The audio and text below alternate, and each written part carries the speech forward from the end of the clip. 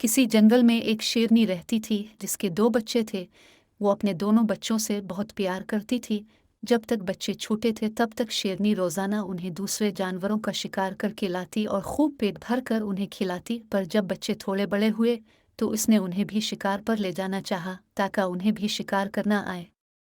बड़ा बच्चा फौरन तैयार हो गया, लेकिन छोटा कहने लगा, मेरी तबीयत ठीक नहीं है, कुछ दिनों बाद चलूंगा, आज नहीं, मैं कल वगैरह जैसे बहाने बनाने लगा। बड़ा बच्चा माँ के साथ शिकार पर जाने लगा। कुछ दिन और बैठ गए, पर छोटा बच्चा अब भी शिकार पर जाने के लिए राजी ना हुआ। दरअसल वो बहुत काहिल था।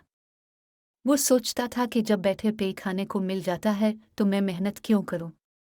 शेरनी इसको बहुत समझाती कि वो शेर का बच्चा है, इसे अपनी खुराक हासिल करने के लिए जिदोजहद करना होगी, वरना सस्ती इसकी आदत बन जाएगी। छोटा बच्चा अपनी माँ की नसीहत को एक कान से सुनकर दूसरे से निकाल देता। वक्त तेजी से गुजरता गया और देखते ही देखते शेरनी के दोनों बच्चे बड़े हो गए। बड़ा बच्चा बहुत फुर्तीला और चुस्त था, उसके बरक्स छोटा बच्चा सुस्त और निकम्मा ही रहा। वो अपनी माँ और बड़े भाई के टुकड़ों पर पिल रहा था। एक दिन जंगल में शिकारी आया और उसने शेरनी को अपनी गोली का निशाना बना दिया। बड़े बच्चे ने इस शिकारी से बदला लेने की ठानी, मगर शिकारी जंगल में गायब हो चुका था। बड़ा बच्चा अपने भाई के पास वापस आया और इससे कहा कि देखो भाई, माँ के बाद तुम मेरे अपने हो, हमारी अपनी कमजोरी के बाइस जान गंवा बैठी। मैं डरता हूँ कहीं तुम्हारी सस्ती और काहली तुम्हें नुकसान न पहुँचा दे, इसलिए अब तुम सस्ती छोड़ो और मेरे साथ शिकार पर जाया करो।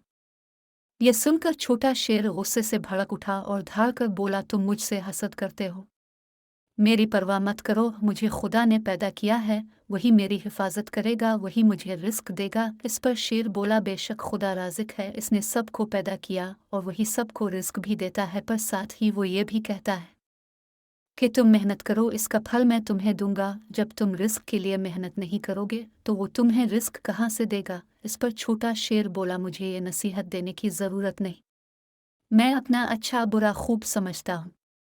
अपने छोटे भाई की इस हित धर्मी पर बड़े शेर को बहुत दुख हुआ और वो खामोश होकर चला गया। दिन गुजरते चले गए, जब भी वो शिकार करता इसका हिस्सा इस तक पहुंचा देता और वो बेहयाई का लिबास पहनकर उसे खूब मज़े से खाता। कुछ दिन बाद बड़े शेर के बीवी बच्चे हो गए। अब उसे अपने बच्चों को भी खिलाना पड़ता था और अपने छोटे भाई को भी पालना पड़ता था। चुनांचे कभी कभी इसके नन्हे नन्हे बच्चे भूखे रह जाते।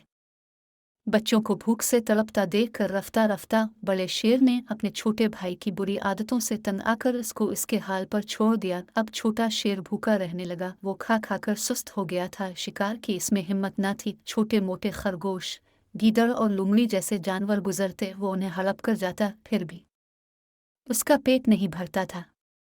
आहिस्ता आहिस्ता वो कमज़ोर होता गया। एक दिन भूखा चूहा इस शेर के पास से गुजरा। इसने शेर को मुर्दा समझा और उसके कान कतर कतर कर खाने लगा। पेट भरकर चूहा खुशी से अपने साथियों के पास गया और उन्हें खुशखबरी सुनाई। वो सब भी नारे लगाते इस पर चढ़ गए और मनचाहे हिस्से से गोश्त नोच नोच कर खाने लगे। इस तरह ये कमज़ोर और छोटी सी जंगल की मखलूक जंगल के बादशाह को इबरतनाक अंजाम तक ले गए। सच है, काहिल का हश्र हमेशा बुरा होता है।